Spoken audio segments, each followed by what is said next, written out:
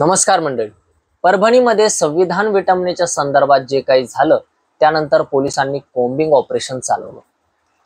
Combing operation मध्ये निष्पाप असणारे सोमनाथ सूर्यवंशी जे वकिलाचा अभ्यास करत होते, 3ऱ्या वर्षात होते, त्या सोमनाथ सूर्यवंशी यांना पकडण्यात आलं आणि पोलीस कोठडीत सोमनाथ सूर्यवंशी यांचा मृत्यू झाला. त्या दिवसांमध्ये ज्या काही घडामोडी झाल्या, सोमनाथ सूर्यवंशी यांचं ऑन कॅमेरा पोस्टमॉर्टम झालं, सगळ्या गोष्टी समोर आल्या. पोस्टमॉर्टम रिपोर्ट जेव्हा आलं त्यामध्ये सोमनाथ सूर्यवंशी यांचा मृत्यू पोलीस कोठडीत पोलिसांच्या मारहाणीमुळे झाला असं त्या रिपोर्टमध्ये आलं. तत्पूर्वी सभागृहामध्ये मुख्यमंत्री यांनी सोमनाथ सूर्यवंशी यांचा मृत्यू हार्ट अटॅकमुळे झाला असं महाराष्ट्राला सांगितलं. महाराष्ट्र राज्याचे मुख्यमंत्री देवेंद्र फडणवीस किती साफ खोटं बोलतायत हे याच्यातून दिसलं. प्रकरण हायकोर्टात गेलं. बाळासाहेब आंबेडकरांनी सुरुवातीपासून हे प्रकरण लावून धरलं. सोमनाथ सूर्यवंशीची पूर्ण केस बाळासाहेब आंबेडकर स्वतः कोर्टात उभा राहून लढत होते. हायकोर्टात केस दाखल झाली. सोमनाथ सूर्यवंशी यांच्या आई बाळासाहेबांसोबत खंबीरपणे उभा होत्या. हायकोर्टात केस दाखल झाल्यानंतर हायकोर्टाने आदेश दिले की संबंधित पोलिसांवर गुन्हे दाखल करावे, तात्काळ गुन्हे दाखल करावे आणि 8 दिवसाच्या आत हे गुन्हे दाखल झाले पाहिजे. परंतु राज्य शासनच यामध्ये आरोपी असल्या कारणानं सरकारने तसं काही केलं नाही. उलट संबंधितांनी सुप्रीम कोर्टात धाव घेतली, परंतु सुप्रीम कोर्टाने देखील हायकोर्टाचा निर्णयच मान्य केला आणि गुन्हे दाखल करायला लावले.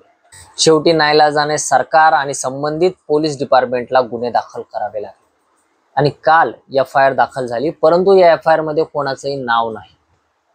अज्ञातांविरुद्ध ही FIR दाखल झालेली आहे. परंतु यासाठी आता एक चौकशी समिती गठीत केली. जी काय आता चौकशी होणार आहे ती आता CID मार्फत होणार आहे. त्यानंतर चौकशी पूर्ण झाल्यानंतर कोण कोण यामध्ये आरोपी आहेत, कोण कोण पोलीस यामध्ये आरोपी आहेत हे आता लवकरच समोर येईल. परंतु बाळासाहेब आंबेडकर ही खंबीरपणे केस लढतायत. त्यांच्या सोमनाथ सूर्यवंशी यांच्या आई देखील यामध्ये खंबीरपणे उभ्या आहेत सोबत. त्यामुळे या लढ्याला यश नक्कीच येईल असंच दिसतंय. सोमनाथ सूर्यवंशी यांना न्याय मिळेल.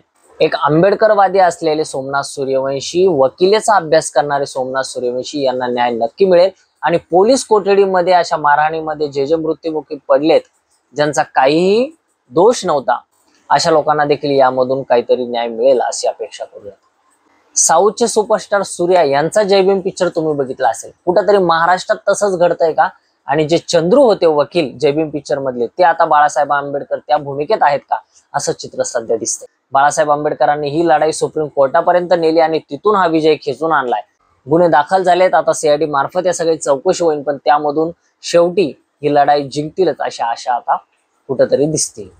सोमनाथ सूर्यवंशी हे आंबेडकरवादी होते, वडार समाजातून येत होते. एक सुशिक्षित तरुण असणारा, संविधानावर प्रचंड प्रेम असणारा तरुण आपण गमावलाय.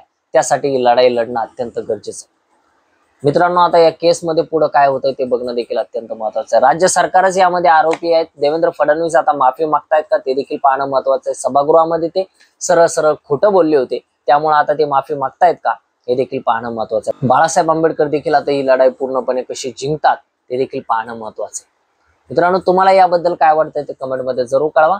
व्हिडिओ आवडला असेल तर लाईक करा, चॅनलला सबस्क्राईब करायला विसरू नका. भेटूयात नव्या व्हिडिओमध्ये. धन्यवाद. जय हिंद.